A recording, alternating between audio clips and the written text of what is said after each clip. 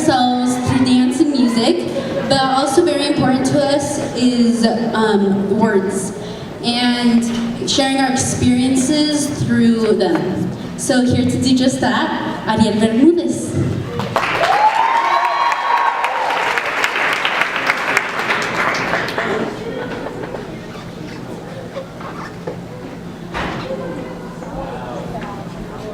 Okay, Sal.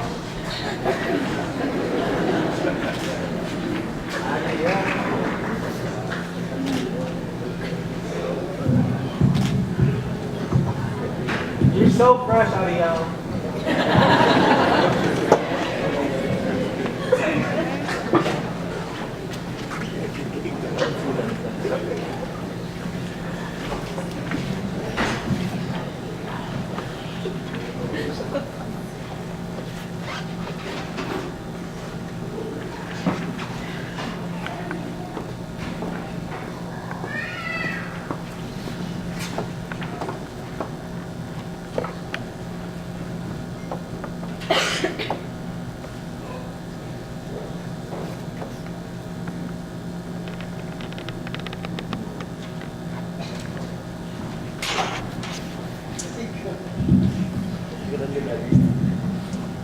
I hear voices, but I can't understand. The faces are similar. They ask me questions, but I cannot answer them. Their faces of hope, and their voices fade slowly. I can no longer see them or hear them. The bridge is broken and my fear ensues. I am no longer authentic. My culture has fallen asleep, and that is what I'm most afraid of. They are soft, like digging your hands in flour, delicate and fragile like oven-baked cookies, warm and comforting like wool socks, and with that special smell they only carry. No, I'm not talking about cookies, but grandmas. Add a blessed rosary, colorful flower shirts, and funky leather huaraches, and you have my abuelita. Being 3 of 6 and giving birth to 11, she was traditional and spoke to God a few hours a day. The type of grandma to beat the devil out of you with her chancla and a Padre Nuestro type of grandma. Strong but yet wrinkled with history, life, and wisdom. She passed her good mind and heart like an offering to her offspring. And along with that came the most unforgettable, unbelievable, and incomparable recipe for pozole.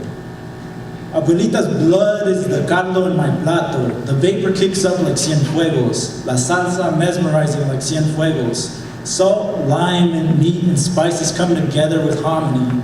It's true harmony. Her recipe is priceless. In it, I hear my bisabuela saying, "Hay mucho tomate, más o menos." Its taste vibrating generations of my people's history. My abuelita forever intertwined with the pozole, her signature imprinted by the sprinkle of cilantro and the consistency of guajillo and ancho pepper in its base.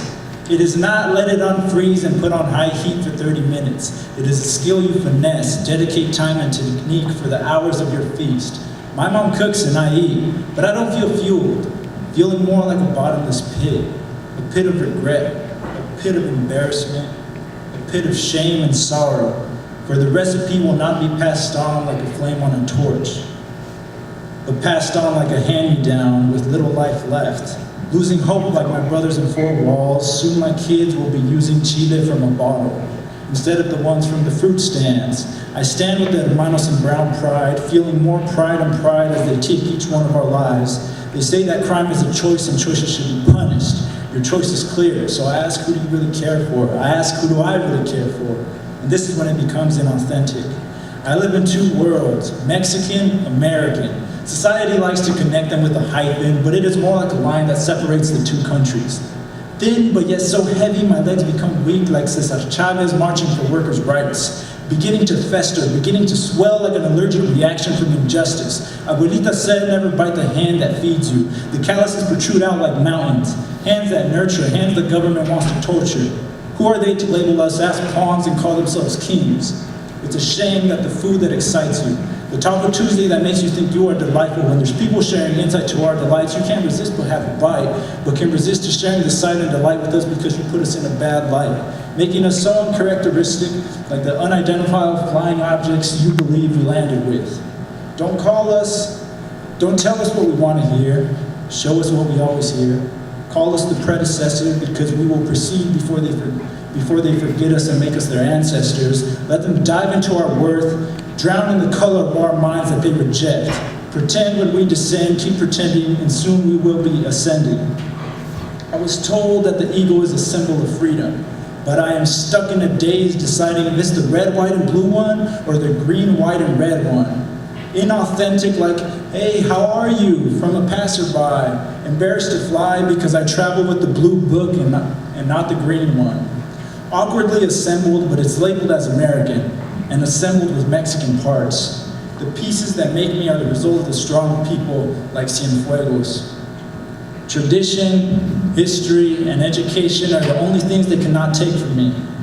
Forgive me, abuelita, when I tell people my name is Ariel and not Ariel, because I'm preventing them from taking too big of a bite that is hard to swallow, making it easier, more flowing, like sweat running down the faces escaping injustice. But I shouldn't have to, and neither should my future family. They should come out like Rocky, swinging, vigorous and intense, erupting like a volcano, rugged and powerful like an elephant tusk. My kids should be proud and show no shame. If it catches them like a piece of lifted sidewalk or the curb on the street, let my name stumble on their tongue so they can believe it is too long, that they don't want to hear it and prefer to hear the shorter, cheaper version, but in reality it is more like a long, luxurious limousine, like Maria Visitación Escutia Hernández Cienfuegos, fuegos que queman, flames that burn like the fires they lit to take the land of those who were free. Build a wall, see it false, and it's back, and we'll fight back. Time will tell you what's even real. Age will speak up when you, so don't be scared. We have been lurking. I caution you to be praying, waiting to feel certain. The attack won't have slack, no time to look back, and as a matter of fact, will feel more like a heart attack. What you call anger, I call pride. Call it a rant, I call it caring. Caring for the people that make me people, the people that are my reason to get up in the morning, the people that made me want to achieve a higher education.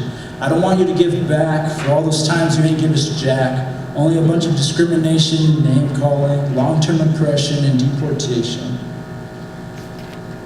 I don't want you to act, or will continue to react, our energy fueled further by the aura of nuestros antepasados, ángeles, forever protecting us against your powers. We ask you to continue to reveal your demonic colors, porque vamos a estar más conectados, connected like the lasting fighting efforts of the indigenous tribe folk who resisted the white colonizers. We find true solidarity amongst our blood and Latinx roots, and we are reminded La Raza lives. It awakens and is in us all. I prefer to die standing than always live on my knees. Prefiero morir de pie que siempre arrodillado. So I say, Viva la Raza! Viva la Raza! And don't ever forget to be everything but inauthentic. Thank you.